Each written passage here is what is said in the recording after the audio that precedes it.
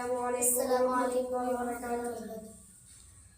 হাদি শাহজাহান হোসেন বালুচের আবে জামজাম পানি, হাদি আজাদির হাসান হোসেন জান্নাতি ফুলদানি, হাদির ইতিহাস পাখি আবাবিল মুসার হাতের লাঠি, হাদি উমরের রক্ত জাহান মোর শীতল পাটি, হাদি গোলাপের মাতাল গন্ধ খোলাফায়ে রাশেদার, হাদি উত্তল সাগর জোয়ার আল্লাহু আকবার।